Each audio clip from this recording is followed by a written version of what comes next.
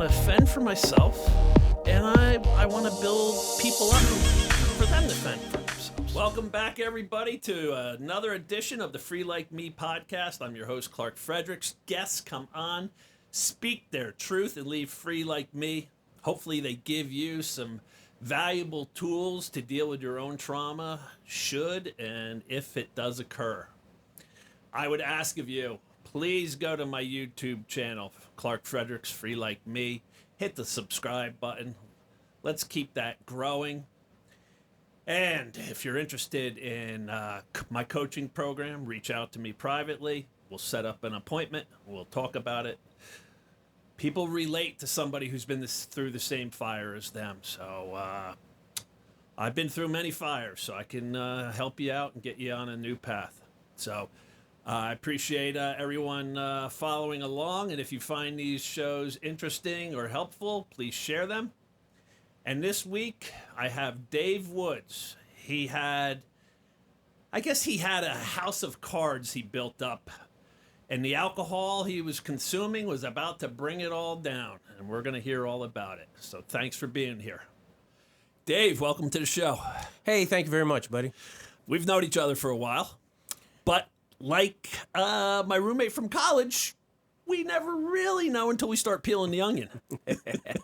This is true. Most of the time we spent was inebriated. Yeah, happy-go-lucky, Absolutely. just having fun partying throughout the years. And, then later on, the later years, we're still close, but we're not seeing each other on a regular basis. So I don't know, what really is going on in your world. You don't really know what's going on in my world. We both sort of, in our own way, had our self-destruction moments. Yeah. Yeah. And, I'm locked up in the county jail, facing life in prison, and you come visit me. And on one of the visits, you tell me you got sober, and I was like, huh. And at the time, I could not dig any deeper because we had 20 minutes, and that was it. Exactly. And it's a lot to cover in 20 minutes. yeah. So, hey, I'm honored that you're willing to share some of your dark moments, and hopefully it'll give rise to somebody else who's in a dark period that they can come out of it too. Absolutely. Yeah. So let's just start at the basics. Where'd you grow up? Newton, New Jersey, out in Sussex County, the middle of nowhere, where as kids, really our household and all of my parents' friends, alcohol was a center point for any celebration, any get-together. Alcohol was always available and always consumed to excess. Now, you grew up in probably, I think, the same time frame I did, the 60s, 70s. Yep. And back then, it's tough for like the younger generation now to realize, but I mean, I know what I was told, and I'm sure you were told, like, be gone, be back at dinner. Yeah. You're not sitting around your room all day. You're left to your own devices. Yeah. Basically, from the time you got home, 2:30, 3 o'clock, until dinner time, my mom had a big iron bell, and she'd ring that. I could hear it from a half a mile away, and go heading back home on my bike or walking, whatever. It was, there was plenty of trouble you could get into on your own. So alcohol was always around the family. Both your parents were drinkers? Oh, absolutely. Yeah? Yeah. Would you classify them as alcoholics?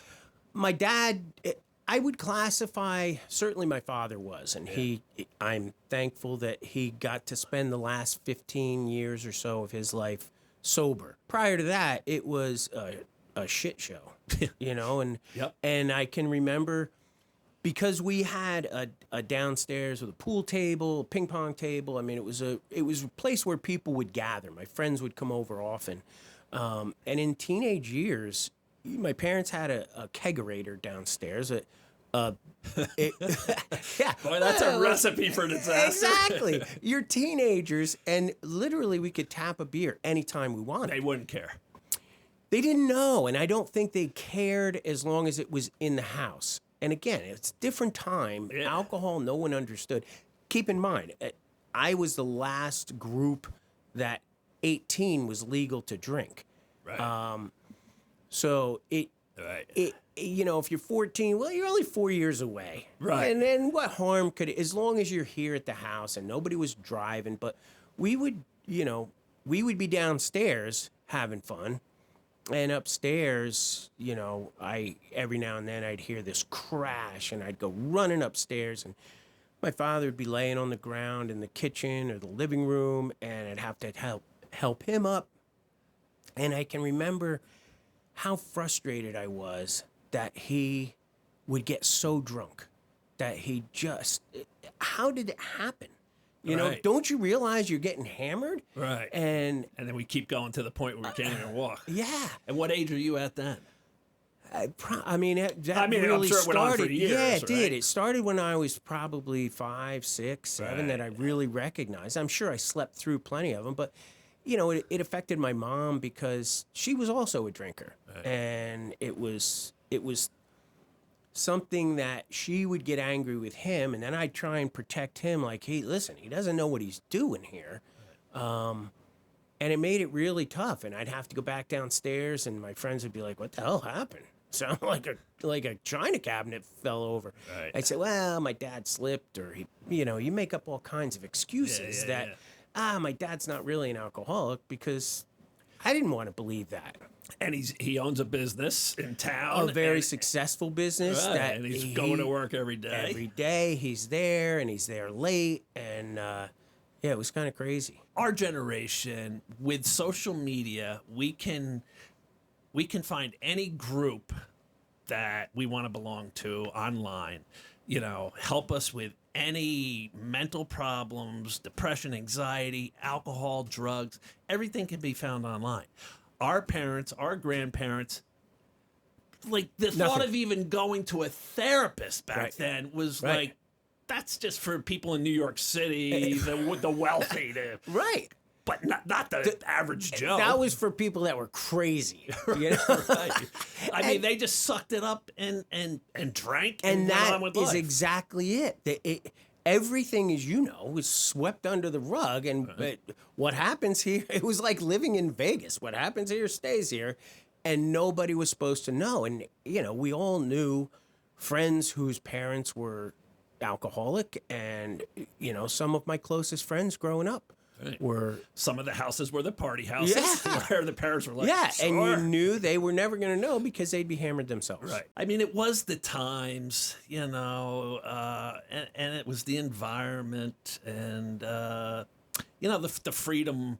The freedom also gave rise to abuse issues, because you're gone on your own as soon as you could ride your bike, right, you were gone. Right. Like your parents didn't want you hanging around the house, like in your room on a computer. No, and that's it. You didn't have any of that. No, it was get out, get dirty, be back at dinner. Yep. And that's it. Yep, and absolutely. And then that gives rise to, well, hey, I took this bottle from my parents' cabinet, I remember drinking warm beer because we had to store it somewhere. So we'd take it out in the woods and leave it there. Right. And then go back and drink it the next day.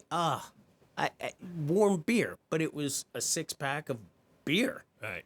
And having, like, all right, if your parents have a 6-pack of beer in the fridge and you take 4 of them, they're going to notice. Oh, absolutely. But if you got a kegerator downstairs, there's no way for them Never to gauge. gonna know. No. And then if Dad's getting bombs, he might just say, "Oh, I guess I was really hammering the kegerator the last couple of weeks." Well, and that's it. He didn't even really drink beer. My mom drank beer. Friends drank beer, so it was nice to have it. My he was a scotch and vodka. And I can remember at a very young age, he would come home from work and he'd go, how's about making Dad a martini? Right. And, I'd fill it up to about that far from the top with vodka. And he'd go, it looks like there's a little room there. Yeah. And that was it. And if I got it too high, I'd have to take a little sip so I didn't spill it walking it to him in the living room. And I remember that vividly. Whenever I poured it. At what age do you think you had your first drink? Can you recall? Like a taste of alcohol or both. I mean, as a kid, as I say, filling up his thing, filling up a beer. You want to try the suds, and I think I was probably 10 or 12, 13 when I would try, we would go ice fishing. And God, I can remember with friends that all drank, many of whom are sober now, but at the time, it wasn't a big deal for a kid to try, I guess it's hard to imagine 10 and 12-year-old kids and saying, try it, it's not that bad. And the kids are like, that's not bad. But that's what we did. So I think it was probably around that age. I was never afraid of alcohol, but I do remember thinking, and again, looking at my father on the ground, those are very, very vivid memories for me, and trying to help him up and his, bleary-eyed. I can remember thinking, I don't ever want to be like this. That's I'll control it. Yeah, that scared the hell out of me, and it did for years after that. That was kind of the benchmark of an alcoholic, and I was never going to get to that. Right. I would bounce up and down, but never get to that point. Right. Yeah.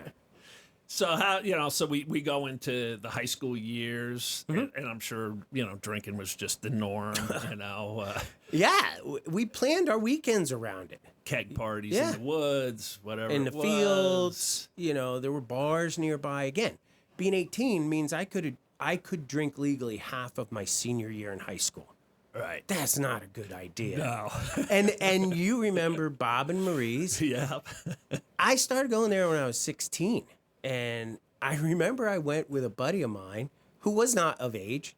I think he was 17. And Bob said, is he of age? And my buddy goes, oh, yeah, he's good. He goes, all right, what are you drinking? Never asked. Right. And, so we would get. I mean, my brother, who was 6 years older than me, is taking me into Toasties when I'm 14. Yeah. And the bartender's saying to him, is he okay? Is he all right? He goes, yeah, it's my brother. He's good. Yeah. Oh, okay. Oh, yeah, no problem then. That's all you it took all back knew then. each other. Right. That's all. And the consequences were never what they are today. No. That's the big difference. And I think back, and if I had consequences, if I were accountable in some way, things may have been very different. But I got stopped when I was drinking and driving. And I remember, state trooper saying, oh, you Jimmy's boy? I said, yes, sir, I am.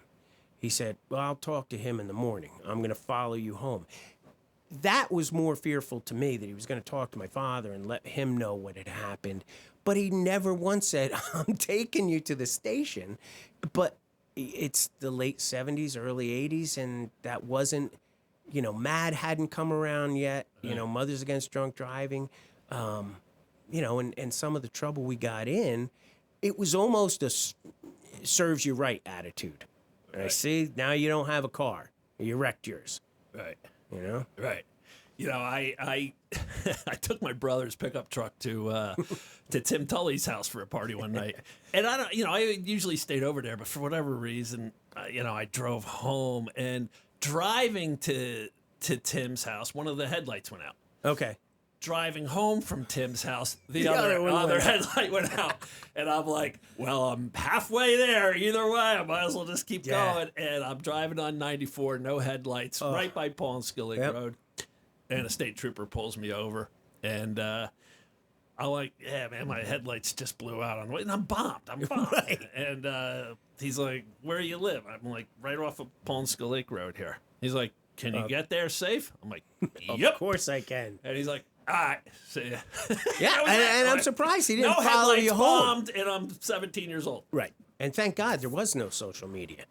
I didn't have to grow up with the angst that kids nowadays have and the pressure that they have. Right. You know? You did something stupid that it began and ended with that weekend. Right. Yeah, I mean, one by one, like our senior year in school, and afterwards, like everybody started getting a DWI. The consequences weren't necessarily bad, but everybody was getting them. Yeah. They started giving them out all of a sudden, like that year. That changed. 17 down. Ah. Who Right. cares? 18 up. We're gonna give you one. Right. You know, and Yeah. that started when the shift started to come Yeah, around. absolutely. Yeah. So where did your life go? After the high school years. So you're just a Yeah. just a partier, I'm a like partier. everybody else. Right. I Nothing- tried nothing smoking major. pot. I wasn't a big smoker. I was an athlete, Wrestler, right? wrestler, football, golf. And I think, even playing golf on the golf team, we would throw beers on the way to practice, stop at the Hampton pub, grab beers. The coach knew that we were drinking because we were the only ones on the golf course, and there are empty Miller Lights. But again, there's no accountability and no consequences. And so when I went away to college. Just to interrupt you, did you drink with any of your teachers back in high school? Because I know I drank with a couple. There was one teacher who had a party at his house, and I still don't understand how that happened. And I got invited, and I remember thinking, oh, "This is crazy. This is really crazy." And I'm at my teacher's house for a party drinking. Yeah, drinking, Right. and there's people drinking and smoking pot, and didn't matter. Right. And anyway, Yeah. So I did the same. Like my 18th birthday. One of my teachers came to my 18th birthday, and we had a flask full of Yukon Jack, and, Yeah. and he's got his mouth open. We're squeezing it into his mouth, and they were all, right, like the old leather pouches. Yeah, exactly what it was, leather I know. pouch. Yeah. So, I mean, it's just the way it was back then. Yeah. It's nuts. And it was it was prevalent everywhere, and you felt like, all right, my friends are doing it, I'm doing it too. Yeah, I mean, these teachers, they're young 30s, so they went through the 60s of Woodstock, Yeah. and it's just like Many of them were party. in their 20s. 20s also, right? know? So it's just They like were not far behind where we were. right, and they were a Yeah. part of the sign of the times also, Absolutely. Yeah. So we go to college. Go to college, and oddly enough, I went to Blair for a year because my parents thought I should get my grades up, and because I was a wrestler and I wanted to get into a very good school. And I went with the best intentions, and after wrestling season was over and there wasn't a lot to do, I was on the golf team, but I wasn't training for anything. And lo and behold, I ended up getting caught with beer in my dorm room. Now, that was a no-no. Even though I was of legal age, you couldn't have that. And I remember it was actually my wrestling coach was the house, Monitor. proctor, monitor. Right. And he happened to see my light on at 1 o'clock in the morning doing a paper. And I was sitting there writing and trying to get something ready for the next day, and had a beer sitting right there. And he stopped in and he said, "Hey, everything okay?" I said, "Doing fine, just got to finish this paper." He goes, "What's that?" I go, "That's my paper." And he goes, "No, next to you." And I went, "Oh." And I really did believe that, much like the police and other things, he would go, "Hey, dump that out." Right. And I could just go on, and he didn't. And that was probably one of the first times I really did have consequences. I was put on 5-day out of school suspension. I had to go home, and then my parents were not thrilled with that. But also, I don't know that they were ready to send me off to college because I had already been in a car accident and was showing signs of being a little out of control. But they allowed me to go off to college, and sure enough, I pledged to fraternity my second half, and I really think how differently school would have turned out if I had focused, because I was always a very good student. I'm very lucky that despite not a lot of studying, my grades were pretty good. But I just let everything go the second, and I ended up with 3 D's and an F. Really? Yes, sir. Wow. And oddly enough, the school called when I was working for my dad. During the summer, I was out for summer, and they called and they said, "Your son is not welcome back." And I remember coming home from happy hour about 7:30, a couple sheets to the wind, and my parents are sitting there on the couch, and they said, "We need to talk." I said, what's going on? And they said, you are no longer welcome back at Lycoming College. I said, there has got to be a mistake. and we are not going to take responsibility. No, there has got to be a mistake. And I was not allowed back. My college was done, and my parents said, we will no longer support your party, your social life, as it were. And so I was forced not only to work for my dad, but also if I wanted to take college courses, I paid for them myself. And that cut into my drinking money and my social time. But I actually applied and got into local. I don't know if you remember. There was a college campus up in Wantage, and I took some courses there. Oddly enough, paid for them myself. Got straight A's. Right. I actually worked, and I really felt good about it. And I ended up getting back into Lycoming, where really? I was thrown out. My credits transferred, and I made the dean's list. And I thought, so I just got to work a little bit.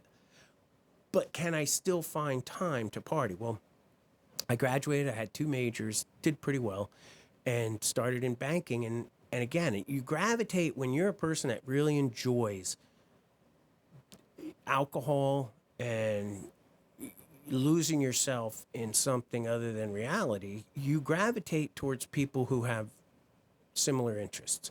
So or careers where where that is promoted. Right.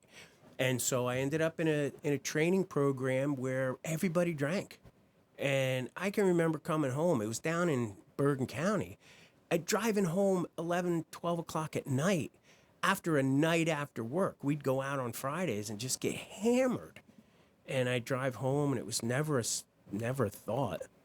But that was, again, it comes with some of the same problems. The guilt of, oh, shit, I didn't do this, or I should have done that, or all kinds of things. So, is it negatively are you noticing that the drinking negatively impacted your life in any way, even though you're having fun and working and carrying on? Absolutely. And I saw some of my trainee, others in the program getting promoted, and wondered why I'm not. Right.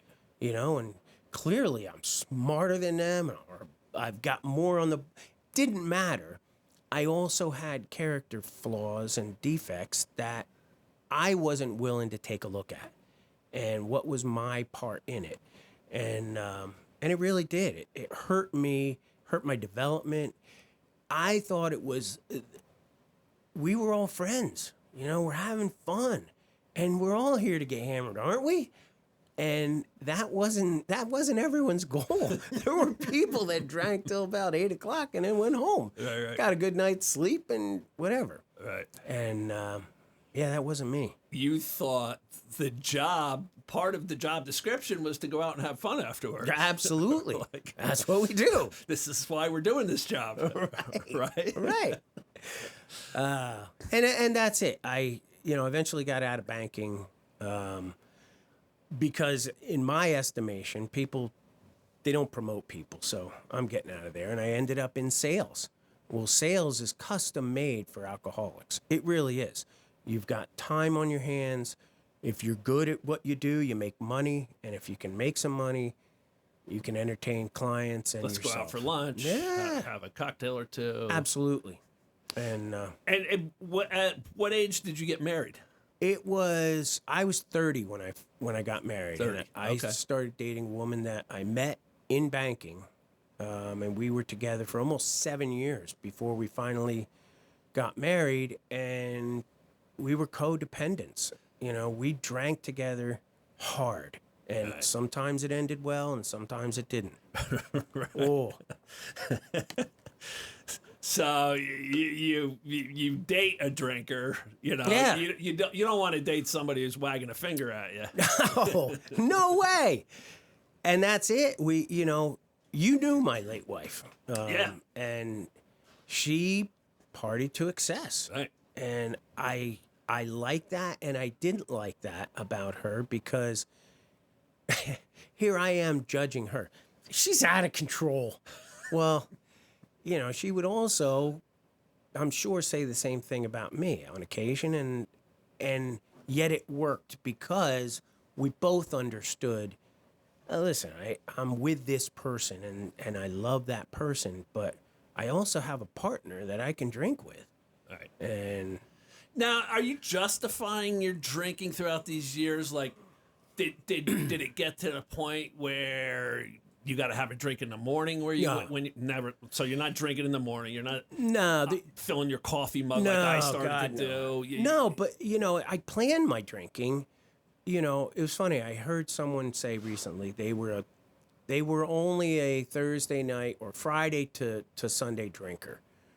And I would go sometimes weeks at a time without a drink.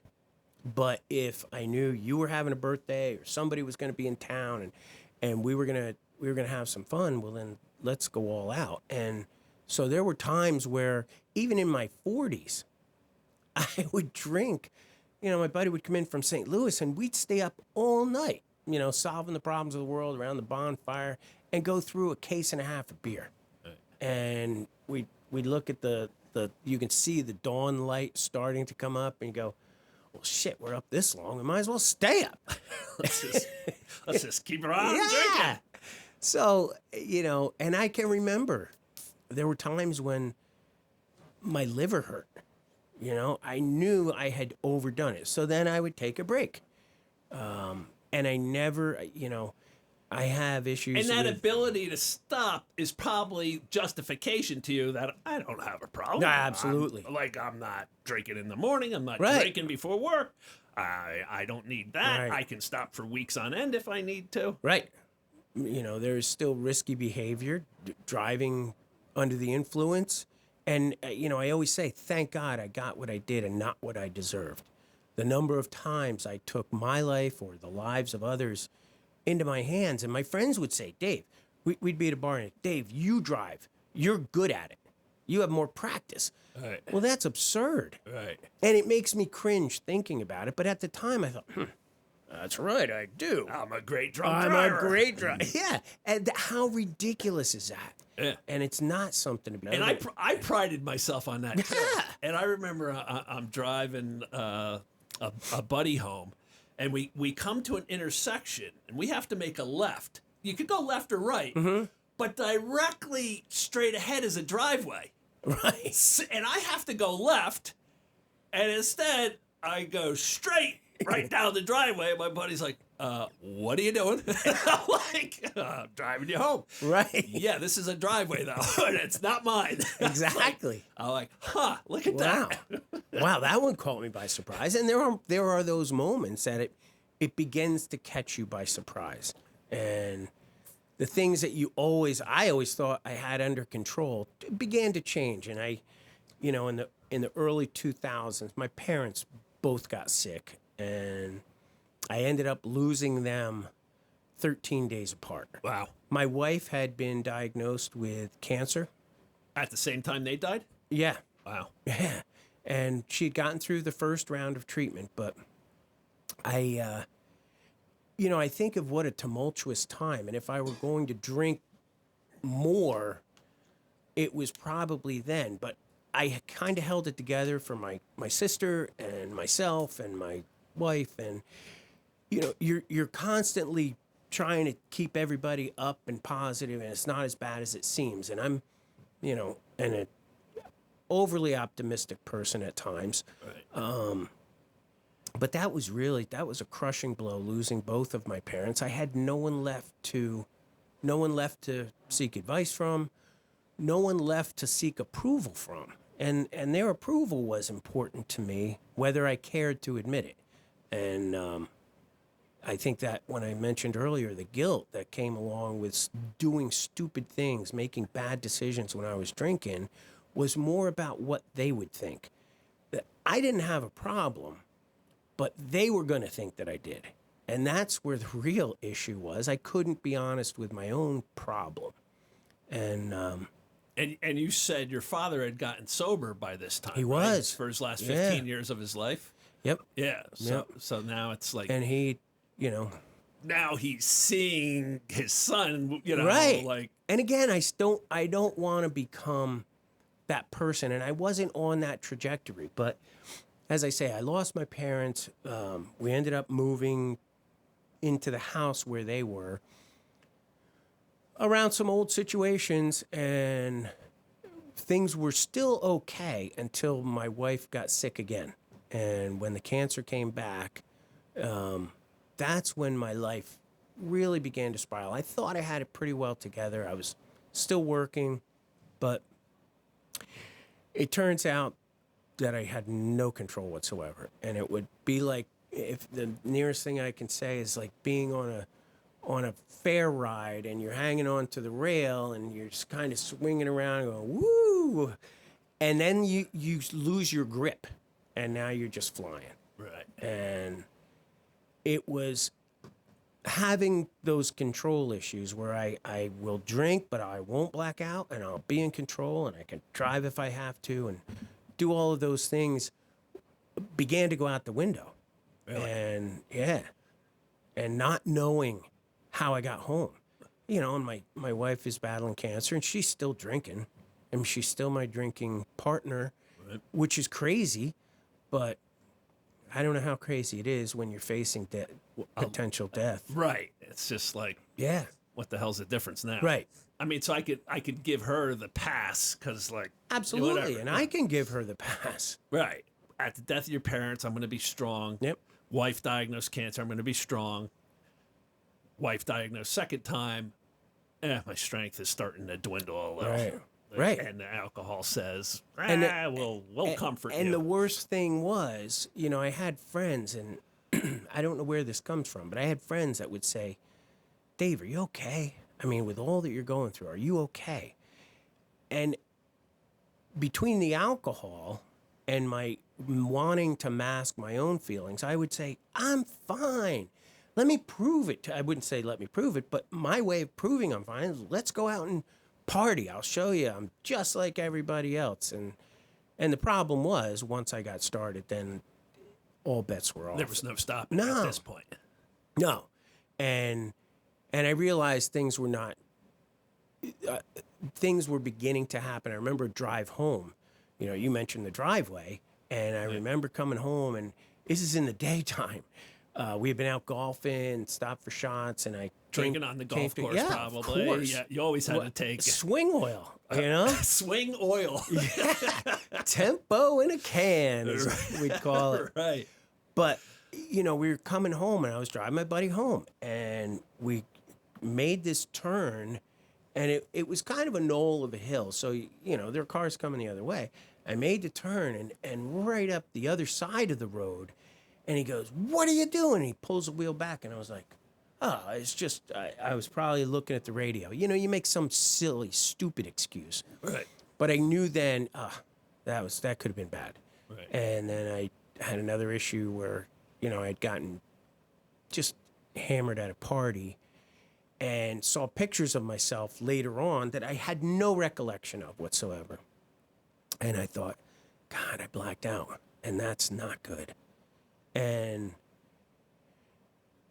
as Sue began to get worse, my late wife, those situations that never came up in the past were beginning to come up more regularly. I had a business that I was trying to get off the ground, and it was good, and it was not, and trying to make ends meet. And with the medical bills, you know, her parents were helping. But it got really scary, and then our mortgage began to fall behind. And I remember thinking, it's caving in. This is it. This is where it's the beginning of the end. As much as I did not want to lose my wife, and she and I had issues, I thought there was a time when I thought, hey, at least she's going to be gone. Shouldn't have to deal with this. And that's an overwhelming feeling that they're the lucky one. Right. And that sucked. Also during, I don't know if it was during this time, you had told me a story about I don't know if it would be called being hired by, but but you became a worker for the state police, and I think the audience is going to find this interesting. Yeah, well, I was a volunteer. A volunteer. I don't believe that I was You paid, weren't for paid? anything. I was not, but the state police, and not just the state police, it's just the police academy runs their training. And in order to run their DUI and DWI training, they need volunteers to actually drink to provide an accurate representation of what you're looking at. You know, when they do the eye stigmas test and speech and all of Slurring, those things, right. touch your nose, lift your foot. And so a friend of mine who happened to be a state trooper asked me if I would be interested, and I was like, yeah, you mean I get to drink? And yeah, he invited me down. We went to the Morris County training down there Academy. outside. Yeah, academy. And there was probably 20 of us. 20 of drinkers? Drinkers. Oh, yeah, It yeah. was just you. Yeah, no, it wasn't just me. But it became like a contest. Now, you had to bring your own alcohol. I didn't supply it. Okay. Yeah, they didn't supply anything, but they explain that, whatever you decide to drink is up to you. And if you want some food to go with it, you can have some food. And if you don't, it's 9:00 in the morning. And it's not really a time you want to start drinking. But if they want to know what it's like to stop someone, I better give them a good representation. And so another guy and I made friends and started drinking. And there was a point where they're looking at and they would log everything that you drank. Okay. But they said, Jesus, this has got to be some kind of a record. And I remember thinking, yeah, I'm good at something. And that's instead of going, well, that's not a way to be known. But my tolerance was so high at that point. Now, this was before things really unraveled, but my tolerance, and that's the thing, is people who drink regularly and drink to excess really do have tolerances that most people can't even fathom, So I had, in the first 2 hours, had about 9 beers and maybe a half a dozen shots, and was still functioning quite well. Right. And they would say, we're not sure how you're doing this, but we've got a log of everything that you're drinking. And it did not, ended up, they take you into a room and they sit you in a chair like you're driving, and they come walking up to you and they check your breath and ask you to step out of the car. And, by the end of the test, I was clearly not doing well. But it was interesting to me. I thought, I'm going to fool some people here. Right. And oddly enough, when they get to the end, they say, how many people think Sally was inebriated or intoxicated? And about half the room would go, yeah, well, Sally had a blood alcohol content of 0.12, Right. And they'd go around and check everybody. And some people didn't drink much. They were right on that border, and many people thought, yeah, you know what? I don't think he was. And maybe blew a 0.06. Because you don't need everybody bombed. No. You want to see. Exactly. What is that range? If I pull you over, all right, so you got 2 beers in you, Right. let's see. Right. What does 2 beers? And for me, I wanted to know. And I think there were... And what was the hands that went up? They all went up. For you? Yeah. He's got to be bombed. I think I blew a 0.26, which is ridiculous. It's nearing a dangerous level. Right. But I thought, boy, that was really fun. And, went home, and I'm sure went out after. Kept on drinking because, if you're going to...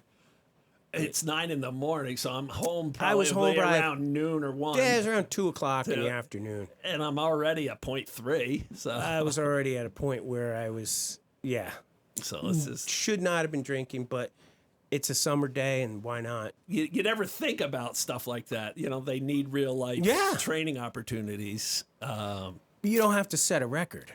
to participate. And that was the clearly the clouding of my own thoughts and making good decisions. I could have had what a normal person, over the course of 2 hours, maybe have 4 or 5 beers at most. Right. You talked about your ability to drink a lot then. Mm-hmm. Did it reach a point where all of a sudden, like when it was coming to a head, where you didn't need that much and you were getting bombed? Did it lower, or it always stayed up? No, and I never did keep track per se, but I hadn't reached the level, that polluted level, where a few beers would kick in and I'd be off to the races. It was never like that. But there were those moments. And again, I go back to the guy the other night that said, I was a Friday to Sunday drinker, but man, I never remembered it. And so I was a weekend drinker, sometimes during the week, sometimes not at all. But those moments where I really overdid it became more and more frequent. And I made decisions, blew things off that I should have been a part of, or said to somebody, yeah, no problem, I'll be there. Never had any intention of going. And those are the kinds of things that I look back on now and I think, man, just really, really bad decisions. So you got all these problems building up. Your wife's, the second go around with cancer is not going good. Right. Your job's not going so great. The medical bills are through the roof. The mortgage you're falling behind on, and so. I mean, I would think that would give cause to just keep on, let's just bury our head in the bottle and not think about it. And that's kind of, if you could ever find justifications, well, if you had my life, you'd drink too. Right. And, I've since learned that it doesn't work. But there came a point where I went to an event called SantaCon. It's in the city. And everybody dresses up as Santa. Everybody got 4,000 or 5,000 Santas walking around downtown. And it's a bar hopping thing, right? Oh, yes, it is. Okay. And so we drank. My buddy and I went in, and we drank on the way in at 7 o'clock in the morning because we were getting primed for this. Did you drive in or take the train in? No, we drove in. Okay. Yeah. Yeah, why not? In a snowstorm. Yeah, why not? It's snowstorm. Yeah. And that's it. I can remember my wife saying, listen, don't do something stupid. Just come home. I'll have dinner waiting. Get out of there early. We're supposed to get snow. And even though she was my codependent, my partner partying, she recognized it. And she's sick at this point, right? Oh yeah. Yeah. And she's thinking, I need you around for me. Don't do something stupid. Are you emotionally there for her during this period? Or are you somewhat detached with your drinking? I probably was a little detached. That was my escape. Right. And it happens to a lot of people. Faced with overwhelming situations, facing that was really, and that's what I mentioned, feeling like she was one of the lucky ones that wasn't going to have to deal with it. You're not going to have to deal with the mortgage or the bills. The mortgage, the bills, too much longer. What happened, right. What happens next? And so... I mean, are you ever saying to yourself, like, you know what, if I stop drinking, maybe I can straighten all this out? Or hasn't come into your thought yet? Was not a thought. No. You're just saying, oh, look at me, I was blacked out last night. I gotta reel that in a hair. That's what I thought. But you got to understand, when you can say, it's time I reel this in, doing it is something entirely different. Right. And the guilt of, oh, shit, I should have been here, she may have needed something, hey, can you run out and get my medication or whatever. Right. And I wasn't there, but that was early, 2013 was when we're talking about. And she had been diagnosed in June. This was now December. And so there were times she was counting on me, and I knew she would have to count on me. And I made decisions that really weren't helping her or me. Right. And it turns out that SantaCon. Where did SantaCon take us? So you're in there at 7 a.m. You're drinking on the way in. Meet everybody. All the Santas meet up. We start the day with, pictures and singing and this and that, and then you start bar hopping. And we tried. I drank.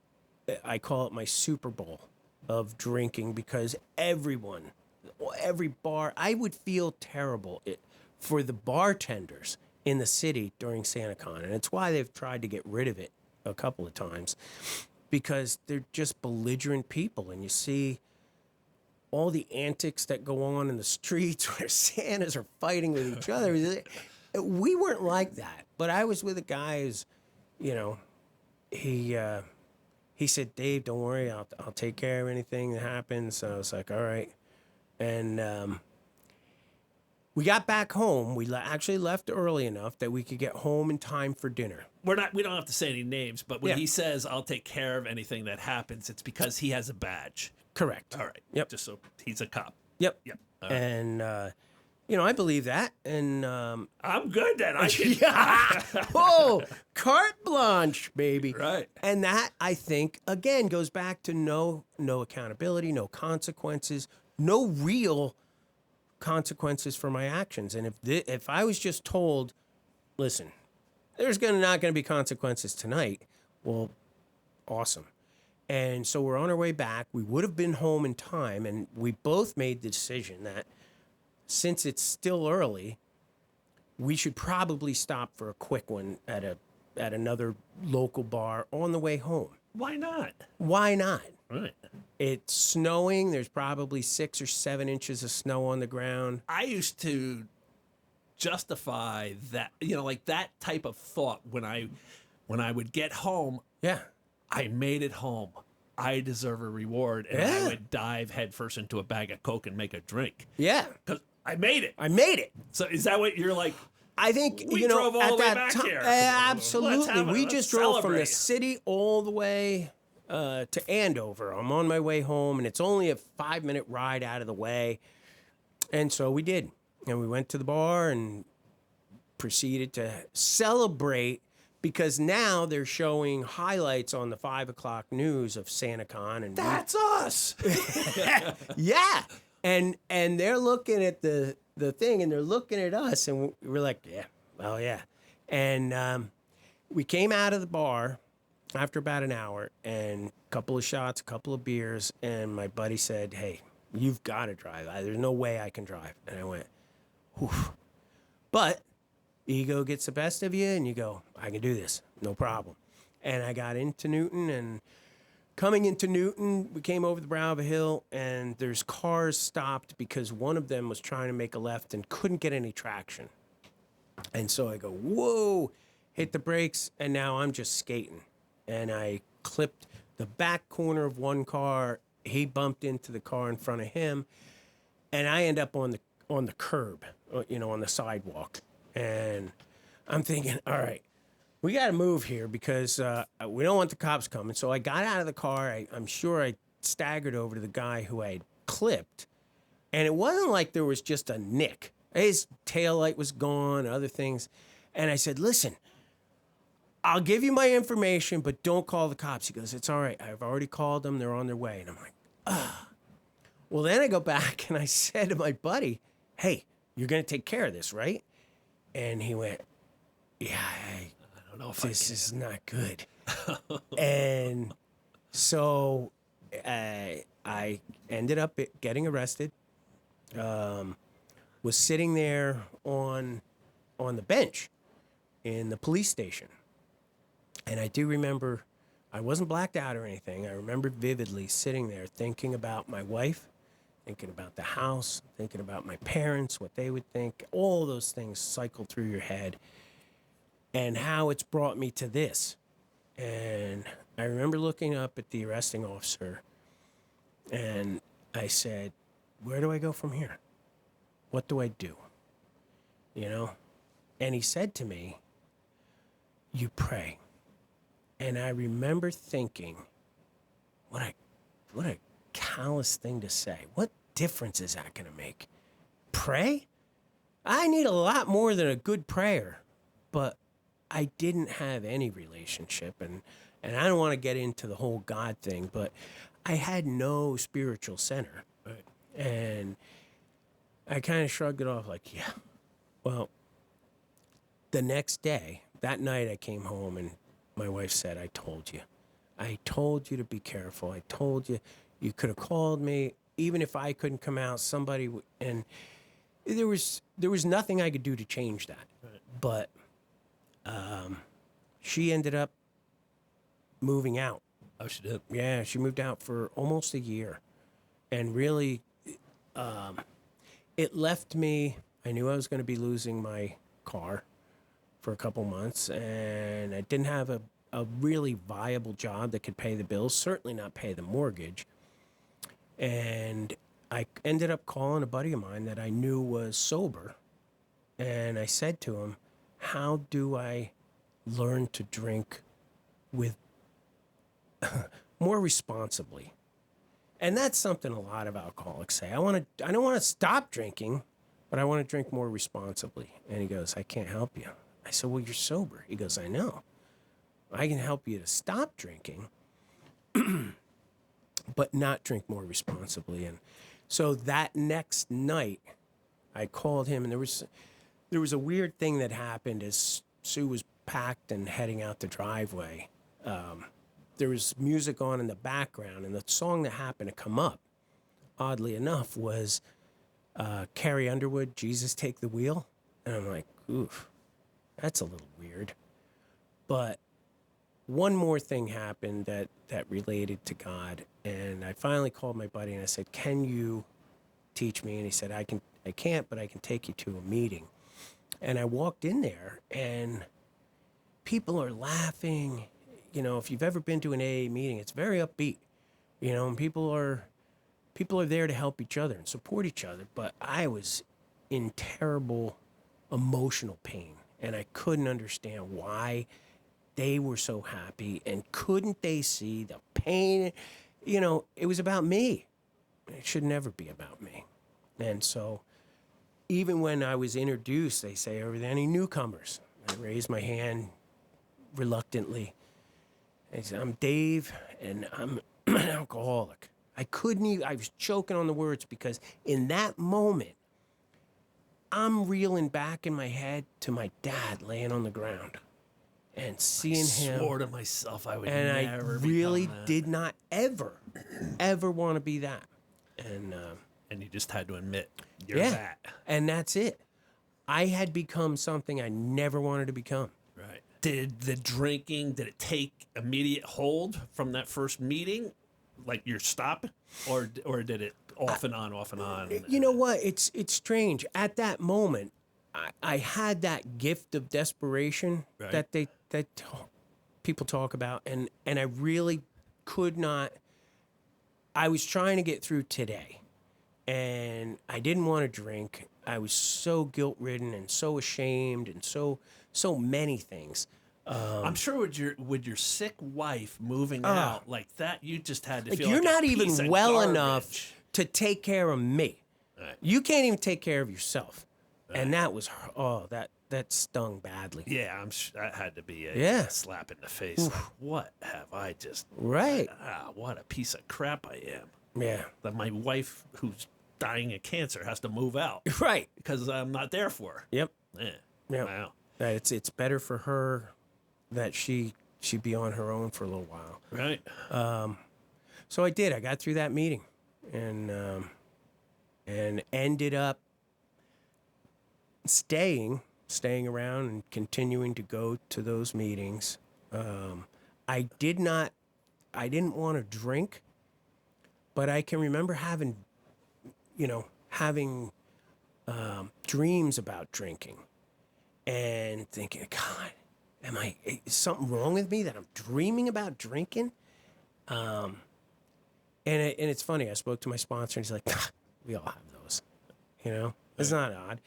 I had a dream so bizarre that my sponsor, we were at a festival or something, and we went up to get a Coke or some soft drink, and he handed me the drink, and I drank it, and it was like bourbon and Coke, which was one of my favorite drinks. And I'm like, you tricked me. I was so angry in my dream that I woke up angry at him. Right. And he goes, yeah, I told him about it. He goes, but you didn't drink, did you? I go, no. And he goes, do you want to drink? I go, no. No, because by this time I was starting to put together a few months of sobriety, and I didn't want to give that back. Early on, how many meetings are you going to a week? Oof. They say to do 90 and 90. I think I did 110 or 20 in my first 90 because going to twice a day sometimes. Yep. Yeah. Anything to keep me from focusing on my life falling apart. And I would, raise my hand and share about it. And because you still got the mortgage falling Still got behind, the mortgage. Still got the medical bills. The wife's still not in the house. Correct. You're still feeling like a piece of crap. Yep. And it's just like What do I do? I'm right here waiting for you, buddy, with open arms. Just come exactly. back to me. So the alcohol was waiting, but oddly enough, God was waiting for me too, and beginning to develop a spiritual side.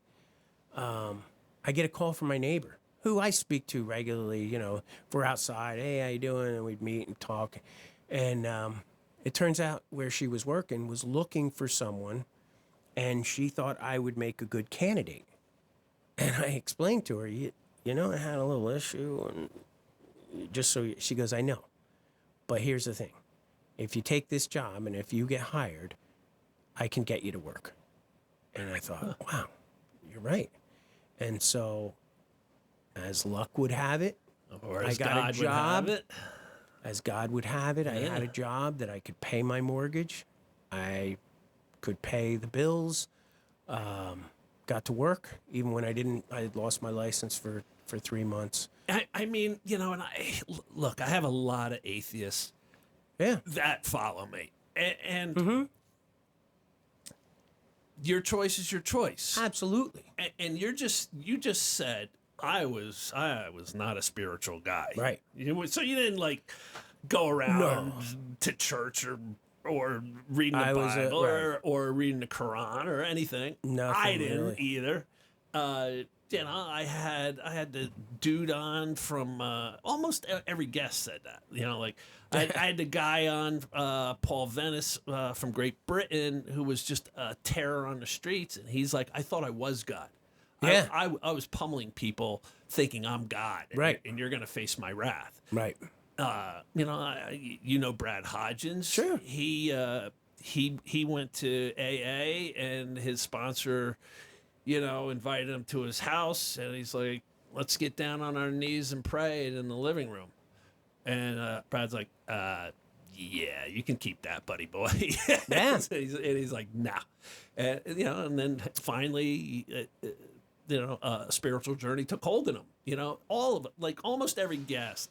Not every, almost every guest had zero faith. You want to call it being an atheist, call it being an atheist, and then it's a point where you just open yourself up to not necessarily religion, but a spiritual feeling with something greater than yourself. And that's really it. And I think that's where they get lost. Right.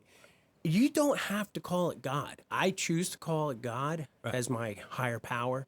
But truly, there is something at work in our lives, whether or not we choose to understand it or dig a little deeper. But there's clearly something that has protected me. I mean, you could say it's dumb luck or living a charmed life. But I do believe that someone was looking over my shoulder, and that when I was ready to hear the message, that they were there to help deliver it. And, God works in really strange ways. And you can call him God, you can call him Bob, you can call him Chair, you can call it whatever you want. Right, universe, whatever you want. Universe. Yep. Yeah. But yeah, having that relationship changed a lot of my perspective. And Now I still get in my own head. I've got 10 and a half, almost going on 11 years sober. Wow. And Congrats. Thank Awesome. you. But I still have some of those same defects, control issues or Ego issues. ego or issues whatever. or, being and being honest with myself about my part in things. And that's really the key is if you're willing to be honest with yourself, look in the mirror and go, you had a part in all of this. If things aren't going well, you had a part in all of this. Things are going well, treat yourself like you treat a friend, Congratulate yourself. Exactly. Right. Be respectful and be supportive. You don't have to be a tell dick people, to you gotta yourself. Celebrate your wins. Man. Absolutely. Like, celebrate Yep. anniversary or Yep. something. Like, Yep. you just recently got married. Do you find without the alcohol now that you're more emotionally present? Oh my God, yes. Yeah. And let me go back to my wife. While I received that gift of sobriety back in December of 2013, my wife did not move back in until almost a year later. By then, I had almost a year of sobriety. But the gift that gave me was the ability to be present for her At the end. And How much? So she moved in a year later, and how much longer did she have? She had about 9 or 10 months, but those last 6 months were tough. She was losing. It was in her bones, so she was losing her ability to walk. She was losing weight, and I would help her, to the bathroom and with showers and feed her and, bathe her and clothe her. It was things I couldn't imagine not being there for. And the fact that sobriety and gave me with that drinking, gift. had you still been on your quest, All bets are off. You couldn't have been there for her at the end. No, and I thought about that. What would I have done if I were still drinking? Where would I be? If somebody said, "Hey, we're going down to AC for, whatever." You'd be like, you can handle it for a night, can't you? You got some friends that can stop by. Right. Yeah. Yeah. And that's, thankfully not a decision I had to work around. So it was good. Wow. Yeah, and it's funny at the end, and I'm talking very near the end. Sue said to me, "I'm really proud of you Oh, good. for being sober." She said, "Do you think I'm an alcoholic?" And I said, "I don't know. I can't make that decision for you. That's, between you and God." She goes, "I think I am." I said, "Well, there's ways that you can address that if you want to stop." She goes, "I don't want to stop now." She had probably 2 months left. And she goes, "It's not the alcohol, it's killing me." Right.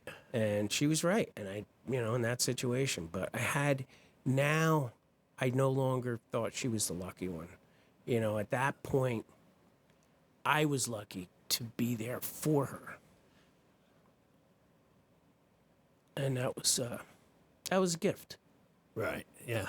That's awesome. The last thing you need is that guilt on her death, and you're still a disaster. Right. Not being able to help her, and then Could have ended very different. And then where does that feed into you? That shame and guilt will drive us right into the ground. It will. Yeah. Yeah, I don't know where I would be if I hadn't gotten sober and the gifts that I've gotten since then.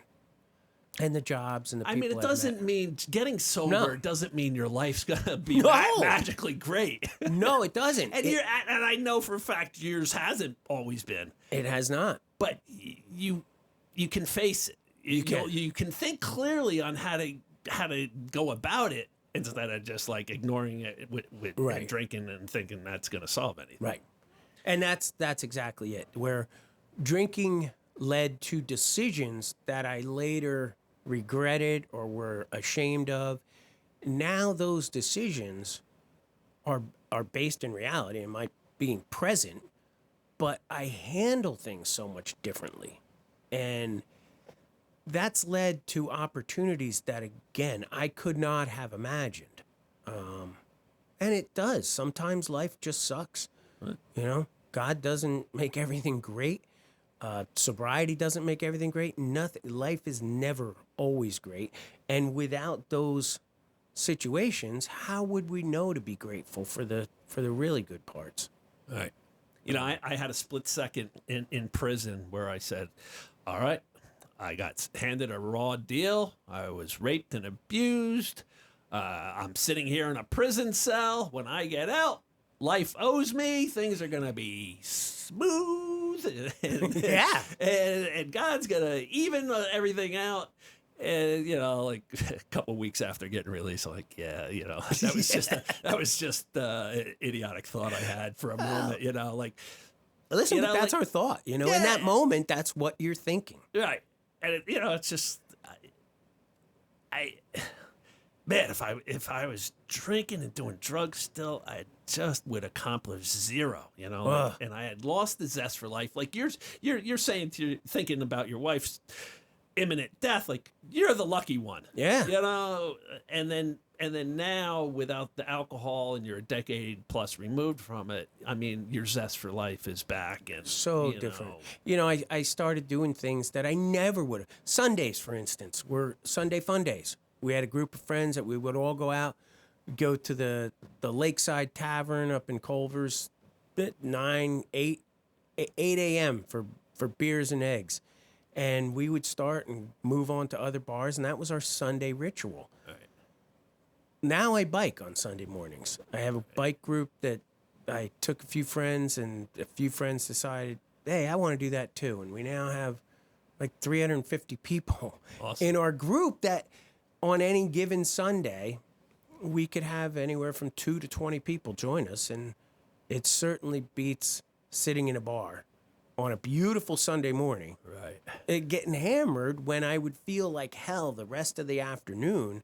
And now I still sometimes, depending on where we ride or how much climbing there is, I still feel like hell, but it's a good feeling to have changed some things in my life and done some things that I never would have done. And I'm really, really happy. My wife has never seen me drink. She has no idea. We've been together almost 5 years, and she doesn't know what I was like. Right. You know, I tell her I was fun. I think for the most part, I was a fun You were drunk. a fun drunk. you definitely were not an angry drunk. No, you were rarely. Life of the party drunk. Yes. Yeah. And that's it. I just didn't know when it was enough. And I think people justify that. Yeah. Like, well, I'm not an angry drunk. No. So well, what's the problem? Right. You know? Right. Right. And I think people that would come in bars that I was in and would go, Dave's here. He'll drink with me. Right. And I don't miss those days. Right. You know, Brad said, you know, if he wanted, one was never enough, and it was always to excess, and that's part of how I was. You know, you want a cookie? No, I want 5 cookies, and I'll jam them all in my mouth and make the most of it. But and I'm just using an analogy, but yeah. So you know what I started off with, the House of Cards. The House of Cards did come down. You know, they did. Yeah. DWI from SantaCon, your wife moves out, mortgage is way behind, medical bills sky high, and then all of a sudden you get sober and you start rebuilding the house, and you know, I'm proud of you for doing that, you know, and I just hope people listen. There's got to be tons of people who are like, you know, they're using alcohol as that escape, but they're justifying, well, I go to work every day, and I provide for my family, you know, but your kids are acting up, and your kids are misbehaving with why? Because they see behavior in you, you know, like we hate to do self-analysis, you know, when we're in that state. Right. You know? And that's the toughest thing, is looking in the mirror and saying, what is my part in it? Right. And I'll tell you, being able to, you know, we've got a mutual friend that is starting their journey in sobriety. Working with others when they are just starting out makes me remember what it was like, so I don't forget. Right. Sitting there in the police station in cuffs going, what do I do? Where do I go? What happens next? Right. He came into me crying right after his arrest, Mm-hmm. and like, my life is over. I've ruined my. I'm like, no, you haven't, bro. No. Oh no, I'm gonna get. I go, no, you're not gonna get sent away for this. Trust me. How do you know? I'm like, I just no, you're not. Right. And then it turned into I need help. Yeah. And I'm like, my buddy Dave. Let me see if he'll help you. Yeah. You know, and you know, now you're starting him on his journey. Yeah. And that's just another gift, you know. And I always say to people, like, you want to find purpose in your life, find a way to give back to others. Yeah. And so it's just as simple as maybe 100%. taking a person to a meeting. You almost can't feel bad helping someone and seeing the impact that it has on them. Right. I dare you to feel bad about doing that. Right. You know, you can't. It's tough. Yeah. It'd be tough to. Yeah. I'm saving somebody's life, but I feel like crap. Yeah. Exactly. Yeah. They probably man. don't even. They probably don't even appreciate it. Right. Hey, I'm glad you shared, and I just think your story is something a lot of people are going through and can relate to, and that things can turn when you just take going in a new direction. Right. You know? And you know, that's the thing is, I look back on wasted opportunities. You know, I was fortunate that I was a good student, but I never studied. I was a decent athlete, but I didn't work hard enough. I had opportunities all along the way a lot of young people do now. But I had to make time in my life for the socializing and the alcohol and the partying. And I can't help but think how different it would be. But you know what? I'm really grateful for this life, because those missed opportunities and the troubles that I landed in got me to here and got me. Would you have changed your past? Isn't that the greatest question ever? I mean, there are certainly things I wish I had done different, but it got me to this point. I wouldn't want to give up my wife. God, I love her. And I wouldn't want to give up my relationship with you, you know, and so many things that my history has given me. I think it's good, bad, or indifferent. It's all a gift. You know, the fact that we get to sit here today talking amongst each other, neither one of us is dead from some of the stupid things that we did along the way. There was a time I didn't know if I would reach 50. You know, we did some crazy things. Yeah, we all said, get me to 50 and then Right. I'm on bonus time, you know? Right. Like, none of us thought we'd get there Yeah. the way we were living. You know, I had this girl, Christina, in who was horribly abused by a family member. And I asked her that question. And, you know, would you change anything? And she's like, and I think the answer was perfect. She said, change and choose are two different things. Would I choose to go through what I went through? No. Would I change it? No, because it brought me to the point I'm at now where I'm happy with the person I am. I'm thrilled with my life, and I had to go through all that crap. Right. So change and choose are two different things. That's She's a great right. answer. Yeah. Thanks for being here. Absolutely, brother. See you, buddy. Good to see you. All right, everybody. There's another edition of the Free Like Me podcast.